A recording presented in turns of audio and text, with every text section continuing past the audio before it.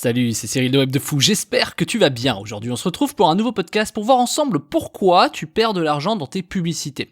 On va voir les choix que tu oublies de faire pour tes publicités, on va voir les interactions que tu oublies de donner à tes prospects pour vendre. Bref, on va aborder tout ça, tu vas voir, ça devrait être rapide, tu vas kiffer. Avant ça, tu connais le truc, tu cliques sur le bouton s'abonner, tu vas dans la description à un lien, ça s'appelle Rejoins mes contacts privés. Tu cliques dessus, tu mets ton email et tous les matins tu reçois un podcast à forte valeur ajoutée avec des informations qui vont changer ta vie et ton business, crois-moi. Également, dans la description, tu trouveras un lien Telegram, tu cliques dessus.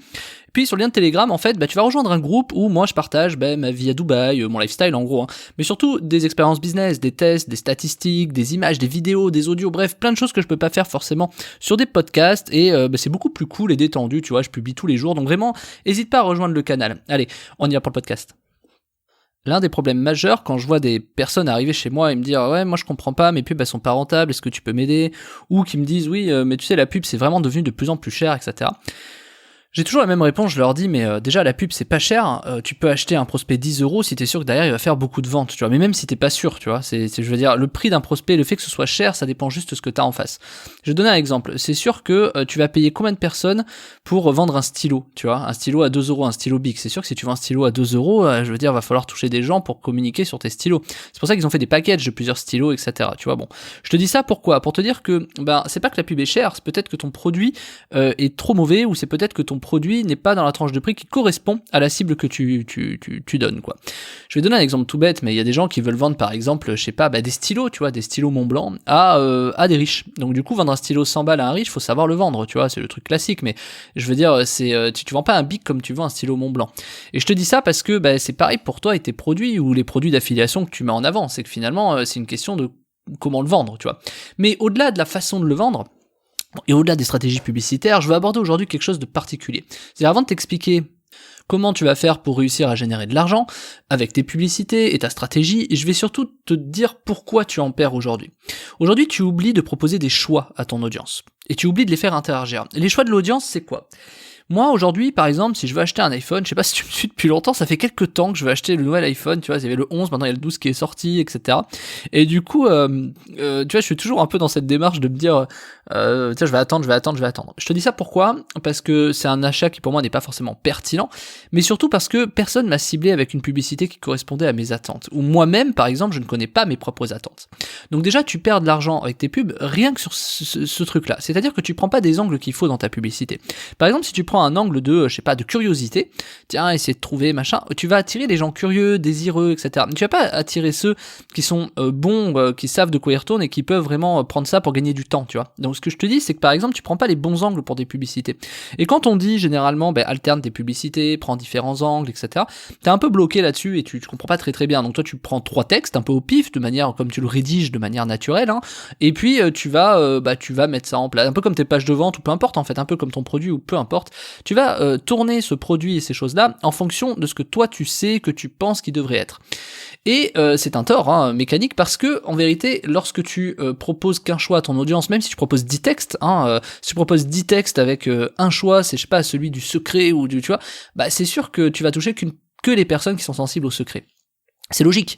C'est-à-dire les mecs qui sont pas sensibles aux secrets comme moi, tu vois, les 3 secrets qui, moi tu vois, ça se trouve le produit est super bon, mais c'est pas comme ça que tu vas me toucher. Et donc, je te dis ça parce que fatalement, il faut réussir à alterner différents angles en fonction de tes produits. Et donc ces angles, déjà, ça permet de rameuter beaucoup plus de personnes, beaucoup plus de prospects, beaucoup plus de gens qualifiés, mais surtout ça permet de regarder que selon les différents types de publicité, il y a des angles qui marchent mieux que d'autres. Et ça, c'est capital. Mais passons. Ensuite, il y a le fait que les gens arrivent sur ta page et puis que tu aies seulement 10% des gens qui mettent, tu vois, qui déposent leur email. Imaginons 10, 20, 30, on s'en fout. Et du coup, je vais partir sur l'exemple de 10%. Sur ces 10% des gens qui déposent leur email, du coup, il t'en reste 90 qui partent. Et ces gens-là, tu en fais quoi ? Tu en fais quoi de ces gens-là ? Alors je dirais jamais assez, pourquoi est-ce qu'on met pas un pop-up, tu vois, pour les inciter à inscrire ? Parce que si les 90 partent de la page, c'est qu'ils ont une réaction. Surtout, ce qu'il faut comprendre, c'est que c'est pas « Ah mais ils partent, donc il faut que je capte leur email ». C'est pas le sujet, c'est « Ils partent, pourquoi est-ce qu'ils partent ?» Pourquoi partent-ils ? Tu vois ? Pourquoi même pas mettre dans un exit pop-up ? Tu sais, les exit pop-up, c'est quand tu vas quitter l'onglet et que t'as un truc qui apparaît. Pourquoi pas mettre dans ton exit pop-up 3 choix ? Tiens, tu t'en vas ? Pourquoi ? Dis-moi pourquoi, clique là, clique là, clique là. Et du coup, tu peux inciter à traquer pourquoi les gens s'en vont. Et ça peut être très intéressant pour, par exemple, réussir à comprendre et améliorer ton argumentaire pour ta page de vente, par exemple. Hein, je parle pas forcément de pub, mais pour ta page de vente. Alors, du coup, toi, ce que tu fais, c'est que tu recibles. Tu vas, les mecs qui est arrivé sur ta page, tu vas aller les recibler pour qu'ils redéposent son email. S'il n'a pas déposé la première fois, en effet, il va y avoir un pourcentage de chance que c'est parce qu'il n'a pas eu le temps, parce qu'il était déconnecté au milieu, parce qu'il a... Ok. Mais sur les 90% des gens qui partent, t'en as peut-être que 15% ou 20 qui vont qui vont déposer leur email. Donc du coup, tu vas quand même perdre 70% de ces 90%, ce qui est quand même énorme, hein. Je sais pas combien ça représente, mais ça représente à peu près, je sais pas si tu m'as suivi, mais ça représente à peu près 70% du global. Bon, passons. Mais c'est pour dire que du coup, ces gens-là, tu les perds, donc tu payes du trafic pour rien. Et donc aujourd'hui, tu te dis, oui, je perds de l'argent, c'est sûr, si tu fais 10% de leads et sur ces 10% de leads, tu fais 2% de vente, et que tu vends un produit à 2 euros, c'est sûr que t'es pas au bout de tes peines, quoi, tu vois. Donc forcément, il faut savoir adapter en fonction de ça. Et je te dis ça pour une raison simple. Parce que peut-être que ton argumentaire n'est pas forcément pertinent, mais si tu raisonnes comme ça, moi c'est l'idée que je veux donner, c'est pas là je te donne pas la solution en mode fais ça, c'est pas ça, mais je vais essayer de te faire réfléchir pour te dire que si ça c'est valable et que t'es d'accord avec ce système, en disant ok les mecs se barrent, il faut que je réussisse à en faire quelque chose. Pourquoi est-ce que tu n'appliquerais pas ça exactement à toutes les étapes de ton business? Tiens, il a posé un email, il l'a pas posé. Tiens, il est allé sur la page de vente, il a pas été, il est parti. Tiens, nanana. Et là, le problème, c'est que, du coup, tu vas te rendre compte que finalement, il faut peut-être travailler les interactions. Moi, je le dirai jamais assez. La publicité comportementale restera vraiment le cœur du business, mais que ce soit en ligne, en physique, etc. Les interactions de tes clients te donnent plus d'informations que tes publicités, quoi. Donc, le but, c'est qu'il faut que tu arrives à arpenter ça en te disant, ok, je suis peut-être pas meilleur, je suis peut-être pas bon, je suis peut-être pas tout ce qu'on veut, on s'en fout. Mais par contre, si je suis pas bon dans la pub, dans le machin, dans le truc, alors il faut que je sache au moins analyser. Et donc là, t'as des gens qui sont beaucoup plus analytiques, d'autres qui sont un peu plus créatifs. Donc il y en a, en fait, il faut jouer sur ses valeurs, sur ses pas sur ses valeurs, pardon, sur ses points forts. Et donc du coup, là où on est bon, quoi, là où on génère le plus de valeur, voilà, c'est ça que je voulais dire. Et à partir de ce moment-là, forcément, tu peux commencer à te poser les bonnes questions. Pourquoi ne pas poser directement la question auprès des personnes en disant, mais tiens, tu vois, plutôt que de faire un truc de retargeting où tu sais pas, sur 100 personnes, tu vas capter 10 emails et sur les 90 qui sont partis, tu vas capter peut-être 10 emails en plus. Pourquoi pas sacrifier tes 10 emails en plutôt demandant pourquoi est-ce que les gens ne se sont pas inscrits. Par exemple, plutôt que de faire une pub de retargeting en disant tiens, réinscris-toi, ouais, t'as vu ma pub, là, tu vois, parce que moi je fais, typiquement, mais moi je le fais pour d'autres raisons, et derrière, pourquoi est-ce que tu dirais pas, tiens, faisons une mini questionnaire pour dire, mais tiens, pourquoi t'es parti, dis-moi, ça va te permettre d'argumenter différemment, ça va te permettre de voir pourquoi les gens partent, en fait, pourquoi les gens ne restent pas, et c'est quelque chose de vraiment capital. Alors évidemment, tout ça, ça c'est des petites techniques qui n'en sont pas, tu vois, c'est du marketing, en fait, c'est du bon sens, moi j'appelle ça du bon sens, pourquoi les gens partent, analysons pourquoi ils partent. Ok, il y en a qui vont dire, ouais, mais concentre-toi plutôt sur ceux qui marchent, ceux qui restent, et donc appuie dessus. Ouais, forcément, appuie dessus, essaie de leur vendre un maximum de choses, ou alors fais les deux, en fait. Pourquoi est-ce qu'on pourrait pas faire les deux, tout simplement? Par manque de temps. Mais est-ce que t'as vraiment pas le temps pour travailler le business qui va te rapporter de l'argent? Tu vois, c'est là où après il faut se poser les bonnes questions. Et vraiment, là-dessus, j'insiste, il faut que t'arrives à te poser ces questions-là. Et au-delà des questions, forcément, si t'arrives comme ça, un peu la gueule enfarinée, la fleur au fusil, en disant, tiens, je vais faire de la pub et j'y vais, forcément, même si tu mets ça en place, tu n'y arriveras pas. Pour une raison simple, tout simplement parce que c'est pas parce que tu vas demander à une audience pourquoi elle est partie que ça va changer diamétralement ton business. Et puis de toute façon, même si tu fais ça, je veux dire, tu vas être bloqué. C'est-à-dire que tu vas travailler, imaginons tu le fais, tu travailles ton argumentaire jusqu'au bout, mais au bout d'un moment, ok, et donc tu vois, enfin voilà, qu'est-ce que j'ai amélioré, j'ai plus de retours négatifs ou j'en ai que très peu mais qui servent à rien et machin et tout ça, qu'est-ce que je fais? Et c'est là où on est bloqué. Et quand t'appuies sur le budget, par exemple tu fais pas forcément plus d'argent, quand tu réduis le budget, tu en fais encore moins, et du coup t'es bloqué à un plafond. Et le problème de la publicité, c'est que vu qu'on t'a pas éduqué, parce que toi t'es arrivé, on t'a dit ouais, fais du Facebook, fais du machin, donc t'as tenté, t'as vu des trucs qui marchaient, t'as analysé, t'as essayé, t'es pas un publicitaire dans l'arme, tu l'as pas été. En tout cas, tu penses peut-être l'être, mais t'es bloqué de toute façon.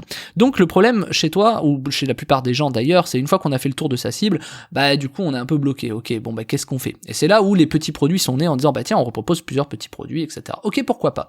Moi ce que je te propose aujourd'hui, c'est de pouvoir tout simplement réussir à augmenter tes rentabilités publicitaires. Et je t'explique. C'est-à-dire qu'aujourd'hui, tu as des pubs et je peux transformer ces pubs en machine à cash. Le truc, c'est qu'il faut une stratégie. Cette stratégie, c'est un bien grand mot pour dire qu'il faut que tu définisses exactement tout le système. Mais tout le système, ça va bien au-delà. Bien au-delà. Ça fait partie de beaucoup de choses. C'est-à-dire à chaque étape, tu dois réaliser des choses. Mais quoi? À chaque nouvelle pub, tu dois prendre des angles et tout. Mais lesquels? Il faut des structures, il faut des templates, il faut des choses où tu peux tout simplement réussir à te reposer sur des des processus, une méthode, où tu vois, dire ok, bah tiens, je fais une pub, je prends cet angle-là, je fais une pub, je prends cet angle-là, quelque chose de simple où en fait, la seule chose que tu as à faire, c'est pas à réfléchir à tout ça, c'est juste te dire ok, je teste, et le seul truc que tu vas avoir à faire, c'est couper, mettre, arrêter, dupliquer, etc. Et là, tu arrives dans un truc où tu peux vraiment scaler tes publicités, mais au-delà de la scalabilité, t'as même pas besoin, parce que scalabilité pour toi, quand tu dis je vais dupliquer mes pubs, je vais scaler mes pubs, peut-être que pour toi ça veut dire toucher un maximum de monde, peut-être que pour un autre ça veut dire toucher un maximum de personnes dans cette audience, peut-être que pour d'autres ça veut dire je prends une pub qui marche et je la me fous partout.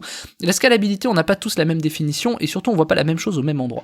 Et donc au-delà de la scalabilité, et avant la scalabilité, il faut que tu aies une méthode, un processus qui te permette déjà d'avoir tes pubs et de les transformer en cash, tu vois. Et moi c'est la méthode que je t'ai développée cette semaine qui s'appelle comment transformer ses pubs en machine en cash en 7 jours, et cette méthode, elle va te permettre tout simplement de défoncer ton marché avec ta publicité. C'est-à-dire que si aujourd'hui t'es bloqué en disant je fais que 1000 par mois ou 2000 ou 5000, tu vois, et que t'aimerais péter le plafond et monter à 40 ou 50 000 de renta, il y a des solutions. Et ces solutions, elles sont forcément publicitaires. Elles sont forcément publicitaires parce que tu as besoin de trafic. Alors peut-être si tu fais du SEO, en fait dans tous les cas, la publicité payante, c'est une stratégie à part entière. Elle n'est pas la même qu'une stratégie gratuite, elle n'est pas la même qu'une stratégie YouTube, podcast ou ce que tu veux. Et la stratégie publicitaire, il faut réussir à bien la comprendre. Et c'est la formation que je t'ai faite cette semaine, c'est transformer ses pubs en machine à cash en 7 jours. Et sur cette formation, on va aborder énormément de choses. On va aborder non seulement la capacité à trouver une stratégie qui fonctionne, donc c'est-à-dire on va construire ce qu'il faut tout autour, tu sais, si on va pas juste faire des pubs à l'arrache, etc. On va prendre des angles spécifiques,